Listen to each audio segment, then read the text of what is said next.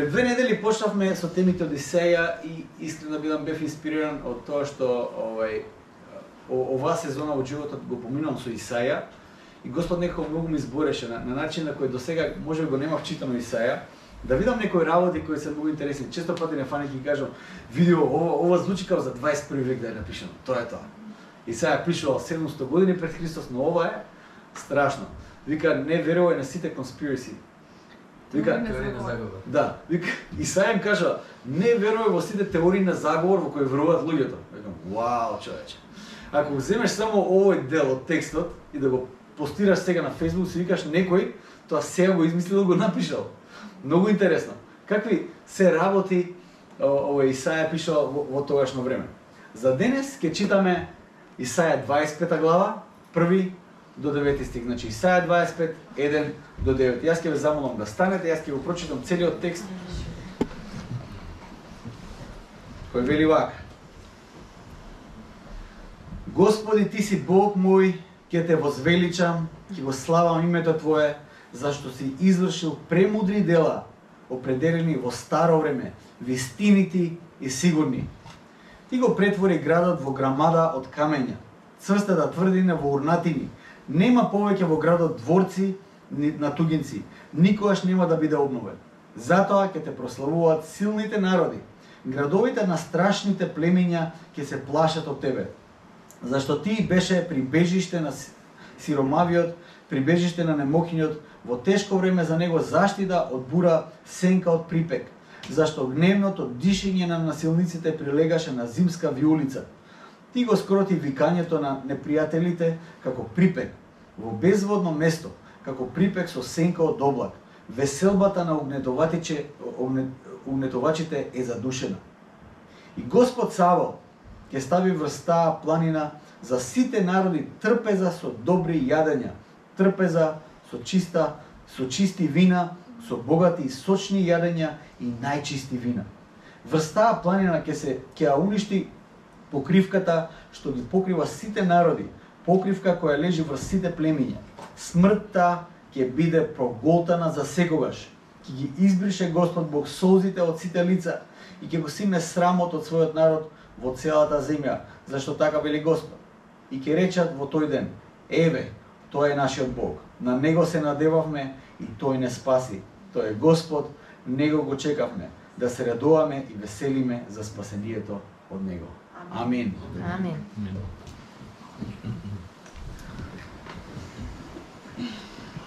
Рано во вториот век во црквената историја има еден лик по име Марцион, кој верувал дека во целата приказна за Божјата објава на Стариот и Новиот Завет се работи за две различни божества.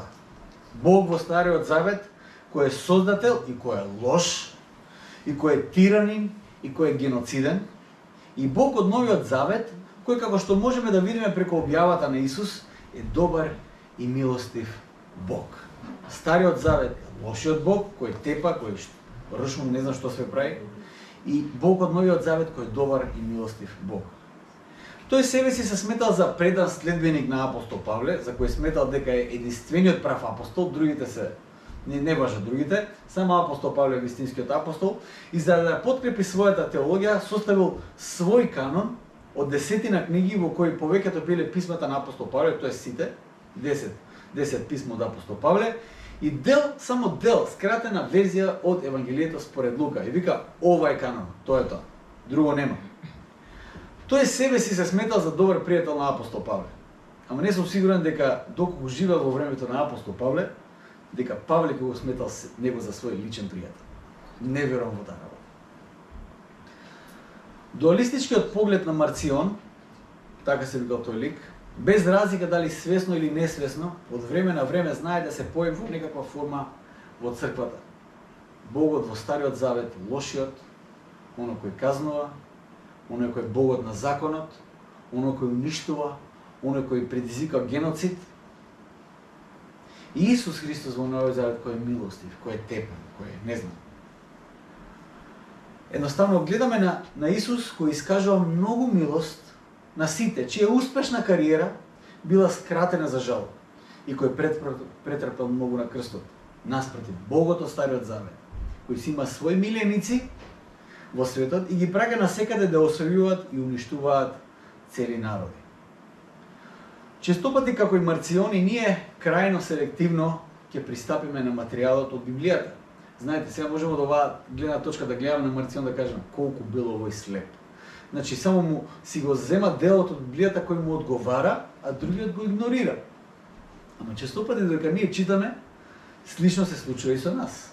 Знаете, мирниот и прекрасен Исус од никаде, што викаме не ничим изазван, влегува во храмот со каиш и ги растерува надежните предприемачи од први век, кои продавале во храмот, ги истепува, со камшикот ги мава, ги превртува масите, па некаде подолу во текстот кажува приказна во која како наравнучение заклучува дека на оној кој има многу ќе му се даде уште повеќе, а оној кој нема ќе му се одземе и она малку што го има и ќе му се даде на тој што најмногу има.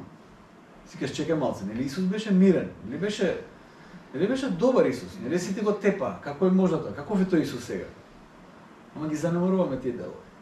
Од друга страна, во Стариот Завет читаме долга листа на глави во кои пророците го искажуваат Божиот суд на Богот од Стариот Завет и одеднаш доаѓа ваков текст во кој се вели, како што читавме сега во 8 стих, ќе ги избрише Господ Бог солзите од сите лица. Колку полично може човек да дојде до одредена личност? Некој да ти ги брише солзите од лицето. Полично не може некој да дојде, да се приближи поблиско до тебе, да ти ги брише солзите од лицето. И одеднаш не знаеме да правиме што да правиме со овие текстови. Токму текстовите како овој што сега го читавме, ни го крши целиот филм, можеби ако го имаме како тој филм на Марцион. И во тој дуалистички поглед нема да знаеме како и каде да го сврстиме се до тоа. Ајде да видиме што ни зборува всушност овој текст кој сега го читавме. Почнува со тој некој опис за некој град кој е разрушен. Првиот и вториот стих вели вака: Господи, ти си Бог мој, ќе те возвеличам, ќе го славам името Твое, зашто си извршил премудри дела, определени во старо време, вистините и сигурни. Ти го претвори градот во грамада од камења. Цврста тврдина, во орнатини нема повеќе во градот, дворци на тугинци никогаш нема да биде обновен. Сега можеме да го следиме текстот како е пишуван. Можете да го гледате таму. Како дете, кога читав мојата прва Библија, која се викаше мојата прва Библија, така се викаше Библијата, една од поинтересните приказни ми беше приказната за Вавилонската кула. Се слушнали ли таа приказна за Вавилонската кула? Народот од сега да се собира, се здружува, сите зборат еден јазик, имаат една цел, прават една голема кула и Бог доаѓа, го гледа тој град, им дава други јазици и луѓето се групираат и се распрснуваат по целата земја. И сикате, зошто Бог така направи? Сите ќе бевме на едно место, немаше да се караме, немаше да има подолби, барем така мислиме. Мислам дека и Каин и Авел збореа исти јазик, па се утепаа едни со друг. Така да не е тоа баш гаранција, нели? Овој дел во голема мера одекнува едно ехо токму, јас сметам, од оваа приказна. Луѓето сакале да изградат еден голем град, голема кола, за да изградат и возвеличат име за себе и да се издигнат до небото. Иако и сега не зборува овде за Вавилонската кула, приказната сама по себе ја открива човечката гордост за да се велича себе си и да положи својата доверба во себе преку тоа што сигурноста ја гледа во својата способност да го изгради тој град кој ќе биде негова заштита. Исаја својата заштита ја гледа само во Бог, чие име со право е возвеличено заради премудрите дела кои единствено се вистинити и сигурни. И нема други дела кои се вистинити и сигурни. Нема друга вистина и нема друга сигурност за човекот. Секој човечки напор со кој ја бара сигурноста и вистината во себе ќе заврши како град кој во конечност станува урнатина. Нема нешто кое ние може да го изградиме, кој ние ќе може да го изградиме и да кажеме тоа е вечно, тука ќе биде на мојата сигурност. Мојот разум, мојата мудрост е она на која јас ќе може да се потрам. Само Бог е единствената вистинска сигурност за човекот. Има одредено ехо од таа приказна во која Исаја да каже не можеме да го возвеличаме нашето име. Единствено име за величање е само Божјото име, затоа што тоа е вистинската сигурност и прибежиште за нас. Во 3 до 5 стих веќе е откриено во што е откриена Божјата слава. Славата е Божја откриена во прибежиште на сиромавиот и заштитата за немокниот. Додека човекот својата слава ја темели врз тоа што го освоил и заработил на грбот и на сметката на другите, Божјата слава почива на едно друго место. Бог е прибежиште на сиромавиот и заштита за немокниот и во тоа почива Божјата слава. Знаете, ако го замислувате Бог како некој далечно абстрактно битие, некој тотално одвоено од нас, можеби ќе го замислите во некоја своја велелетност, во која тој седи на престолот и сите други се под него. И тоа е така, Бог е семоген, Бог е голем. Но Божјата слава се открива во неговата грижа за сиромашниот и за заштита за немокниот. Радоста и веселбата на насилниците, како што вика овде пророкот Исаја, и угнетувачите зависи од тоа дали има категорија на угнетувани помеѓу нив. Значи угнетувачите и насилниците, нивниот статус зависи од тоа дали има други кои се подчинети на нив. Од тоа зависи тотално нивниот статус. И тие не се во таа категорија.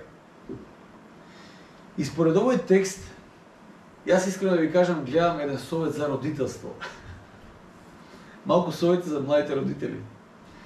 Растете и воспитувајте ги децата на начин на кој ќе се поистоветат со Божјата слава, а нема да се приклучат на славето на насилниците и угнетувачите. Затоа што таму не почива Божјата слава.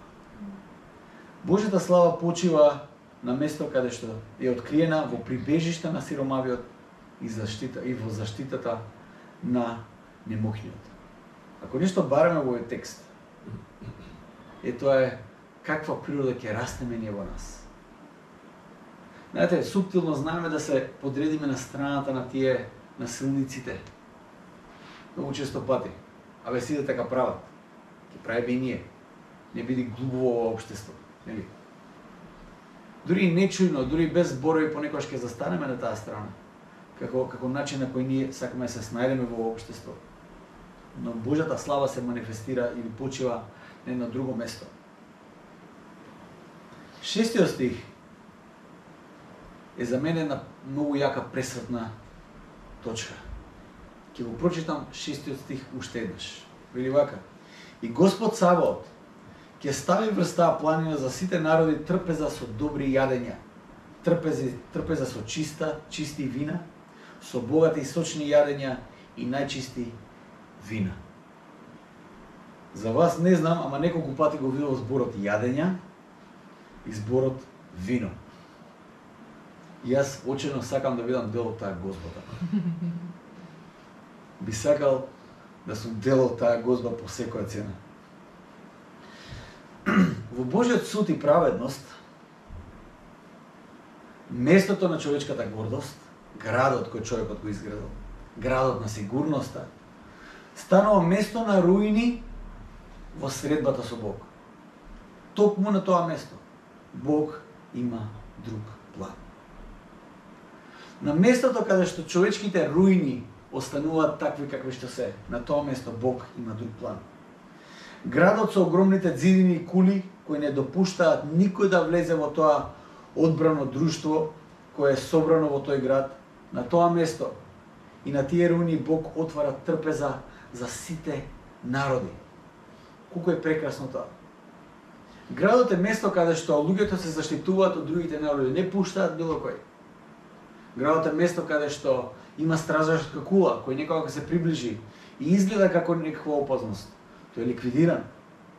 Господ на руините на тој град тој гради или отворена трпеза на која ќе може да дојдат сите народи. Колку отворено може да биде Божјото срце, ние не сме ни во состојба да разбереме. Ние премногу лесно се групираме и селектираме, и тоа одбрано друштво символично знае да стане нашиот затворен град со дигнати ѕидини и стражарски кули. Често пати дури и внатре во црквата можеме да имаме не е проблемот да се групираме, како што кажав, ние како кучиња да се мирисаме. Тоа е нормална работа, со некој повеќе ти оди, со некој помалку ти оди. Но веднаш кој ќе се најде сродната душа, оној со кој ти оди муабетот, веднаш првиот импулс кој го имаме е да се изгради град со ѕидини и со стражарски кули и да се направи некаков елитистички клуб во кој само ние ќе се разбереме, во кој само ние ќе се имаме, а другите нема пробив. Црквата е место каде што сите тие бариери паѓаат. Црквата е место каде што, еве да кажеме во нашата црква, баш пред некој ден броев од колку народи има тука.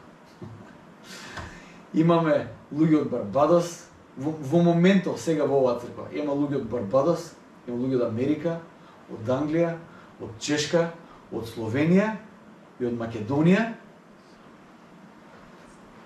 Има ли некој друго место? Од Струмица има.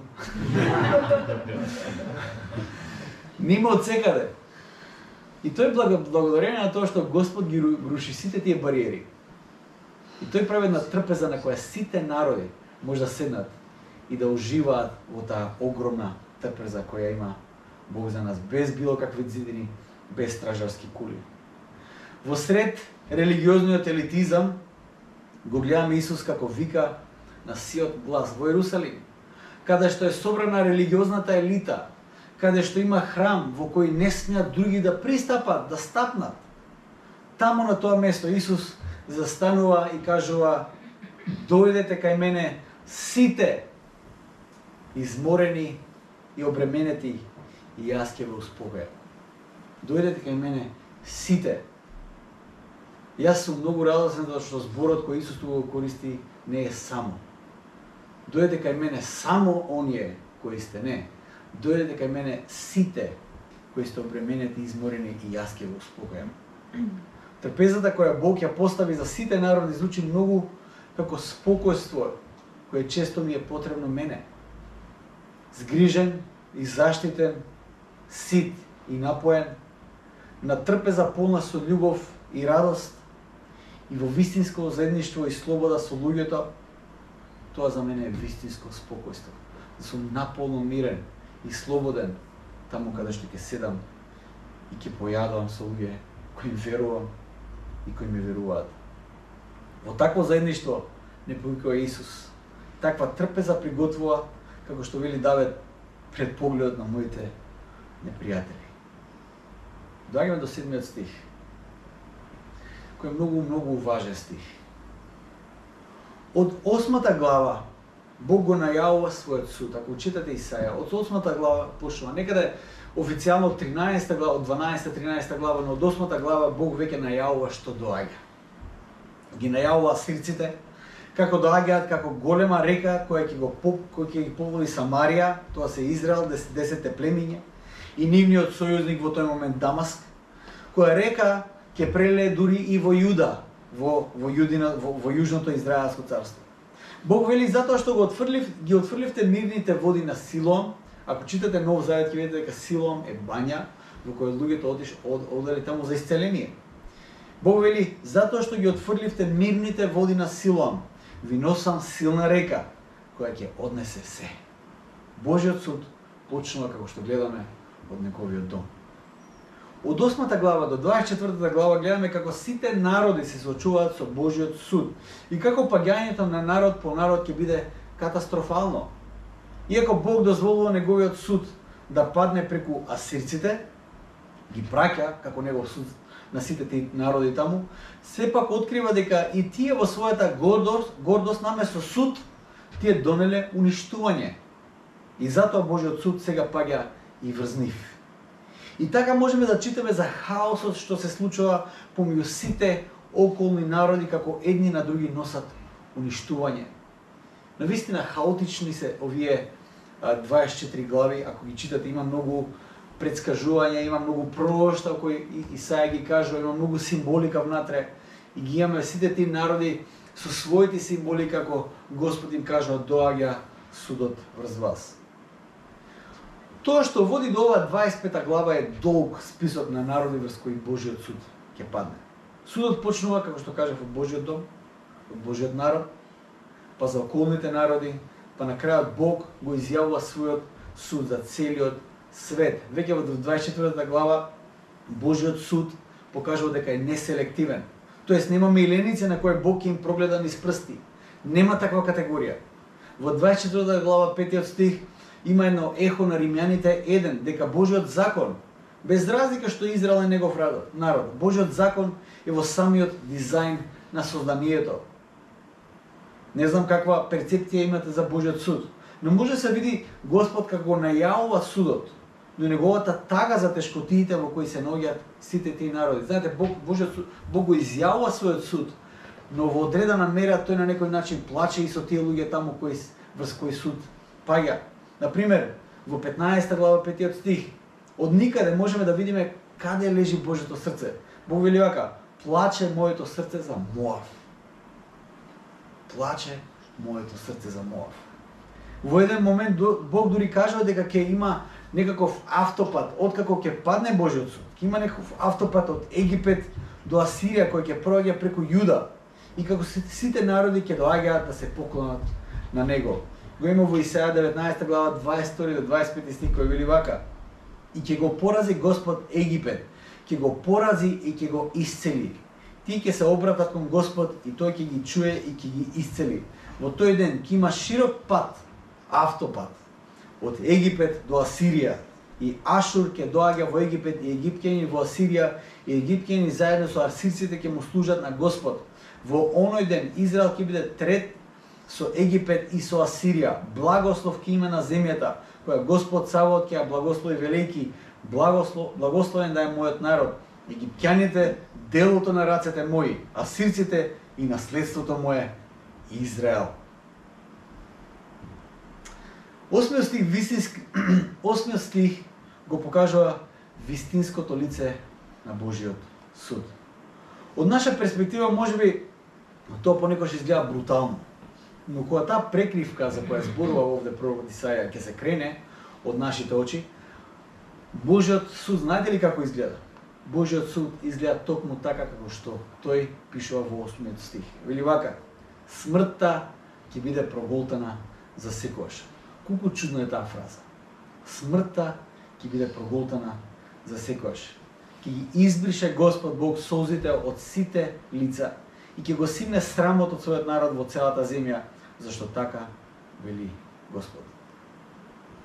Кога таа прекривка ќе биде тргната од нашите очи, кога смртта ќе биде проголтана, ние ќе можеме вистински, без лагите од непријателот, да видиме и да гледаме на Божите дела, на неговиот суд, кој Бог го открива во контекстот дури на судот за Египет. Видете каков е Божиот суд за Египет. Слушате ги овие збори кои се многу интересни. И ќе го порази Господ Египет. Тоа звучи многу поразително, така ли? Вика, и ќе го порази Господ Египет. Ќе го порази и ќе го исцели. 22 стих. Ќе го порази и ќе го исцели. Ако има некој дел од Библијата кој најблиско го доловува покајанието, тоа е токму овој дел. Што е покајанието? Во моментите на твојот најголем личен пораз, кога се соочуваш со својот грев и паднатост, ја чувствуваш таа огромна вина пред Бог и се каеш и плачеш, тогаш во тие моменти го примаш исцелението од Бог во солзи. Самите солзи пред Бог стануваат твојата нова радост. И во ретроспектива, тоа плачење станува твојот најрадосен ден во животот, затоа што си се измирил со Бог и Бог те исцелил. Бог поразува и Бог исцелува. Тоа е Божиот суд. И кој е соодветниот одговор на Божиото спасение? Како Божите деца кои се во Неговото царство одговараат на таквата Божја мисија? Како одговараат Божите деца на таквиот Божи суд? Како Божите деца го уживаат сето тоа овде? Еве го нашиот соодветен одговор. 9 стих вели вака: еве, тоа е нашиот Бог. На него се надевавме и тој не спаси. Тоа е Господ. Него го чекавме да се радуваме и веселиме за спасението од него. Кој е нашиот одговор за Божјото спасение?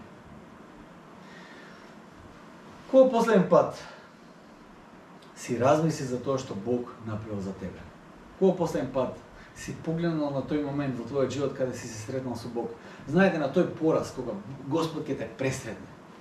Јас се сеќавам на таа вечер, искрен да бидам, таа вечер имав 16 години и кога сте 16 години мислите дека сте многу возрасен, многу зрел, и ја барем така мислев, бев многу надмен, бев духовно надмен. Знаете, јас пораснав во пасторско семејство и бев чувствував дека сум многу духовно пораснат, попораснат од моите пријатели таму. И додека имавме мала група со моите пријатели, едно дете се молеше и почнавме да се смееме, пошто молитвата му беше смешна. Прилика, и мисля дека јас се смеам прв. И додека се смеевме, таа некоја вина кога ме удри од Господ, кога ме удри таа вина, во тој момент посакав зимета, реално посакав зимета да се отвори, да ме проголта. Затоа што му се смеевме на детето како се моли.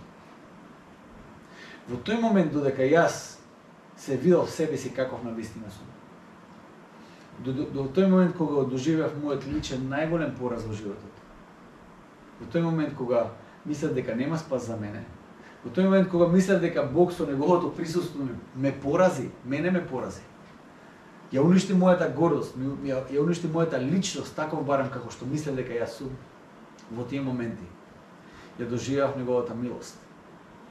И тогаш почнав да плачам како мало дете, знаејќи дека во тие моменти кога додека се каев и додека плачев, тоа беше мојот нов почеток и тоа беа солзи во кои јас после ќе се радував. И сега кога ќе ми текне на тој момент, на вистина го доживеав тоа што Библијата го кажува: Бог поразува и Бог исцелува. Кога последен пат си гледал на Божиот суд како на твое спасение, а не на твое уништување? Не знам што ви паѓа на ум кога ќе ослушнете Божиот суд. Знаете, тие што се со Господ, како што вели псалмистот, првиот псалм, ти нема ни да се појават во судница пред Бог. Божиот суд за нас е радосен момент. Божиот суд за нас значи спасение, зашто Господ доаѓа да го поправи, да го исцели светот онака како што треба да биде. Кога последен пат си ја положил целосно својата доверба во Бог, знаејќи дека кога тој поразува, тој всушност спасува. Бог не очекува да пристапиме совршени. Ако мислиме дека такви треба да пристапиме, никогаш нема да пристапиме. Ако чекаме некое време за Бог да заборави тоа што сме направили или какви сме или што сме кажале, Бог никогаш нема да заборави. Ни тоа не е опција. Бог не повика: дојдете сите кај мене, такви какви што сте, и јас ќе ви дадам одмор. На крај, за да победиме, ние всушност треба да се предадеме на Бог целосно. Треба да окренеме белото знаме пред Бог. Тоа всушност е првиот чекор кон живот во победа. Не се надевај на своите утврдени градови, колку и да се убави тие градови. Верувајте ми. Човекот е способен за многу нешто да направи и верувам дека во животот може да изгради многу прекрасни утврдени градови со прекрасни ѕидови, со прекрасни штитови, преку кои никој нема да пушти во својот живот. Ние такви сме, ние можеме такви да бидеме. Но треба да се надеваме на Господа, на гозбата која Господ ја спрема и која е наменета за сите народи, вклучувајќи ме и мене, почнувајќи од мене. Да се надеваме на Господа. Да му дозволиме неговиот суд да падне врз нас, затоа што преку неговиот суд тој носи и исцеление за секој еден од нас. Јас се молам и се надевам дека тежината на Божјото присуство ќе падне врз вашите срца. И ќе предизвика една работа. Ќе предизвика кај секој еден од нас покаяние. Затоа што тоа е првиот чекор во Божјото царство. Друг пат нема. Да се молиме Господ да навистина дојде со својот Свет Дух и да дојде со тоа што Светиот Дух го носи со себе, а тоа е пресведочување и за гревот, и за судот, и за спасението. Ајде да благодариме на Бог за тоа и да бараме од Него да дојде со својот Свет Дух. Татко наш небесен, ти благодариме за тоа што, Боже мој, доаѓаш со се што ти си. Господи, ти си ист вчера, денес и за секогаш. Ти не се менуваш, Господи. Татко ме, како што читаме од Стариот Завет до Новиот Завет и во Твоите ветување, Господи Боже мој, ти, татко мој, действуваш за да донесеш исцеление врз секој еден. Господи, Твојот суд и Твојот суд паѓа врз секој од нас. И тоа е прв чекор кон нашето покаяние, Господи Боже мој. Да пристапиме кон Тебе. Да пристапиме во тоа заедништво и да заседнеме на таа гозба во која Ти не повикуваш и ја спремаш за сите народи, Господи. Боже, не повикуваш да дојдеме такви какви што сме, затоа што Ти, Господи, нема да дозволиш да останеме такви какви што сме. Ти, Господи, ќе носиш низ тоа исцеление. Ти, Господи, ќе не воведеш во Твоето заедништво. И, Господи Боже мој, ќе уживаме заедно со Тебе. Татко мој, со сето срце сакам да бидам дел од таа гозба, на која, Господи, како што опишува, ќе има многу јадење, многу вино. Ќе има многу веселба, Господи Боже мој, затоа што ќе бидеме конечно заедно со Тебе. Господи Боже мој, дојди, благослови не, и нека Татко мој небесен изборуваш на секој еден од нас поединечно, да ни изведиш и пред очи, Господи, кои се тие нешта кои треба да ги изнесеме пред Тебе, за Твојата рака да ги допре и да донесе исцеление. Дојди, Господи Боже мој, дојди во сечи живот, благословен за Твоето присуство. Се оставаме во Твоите таткови раце. Амен.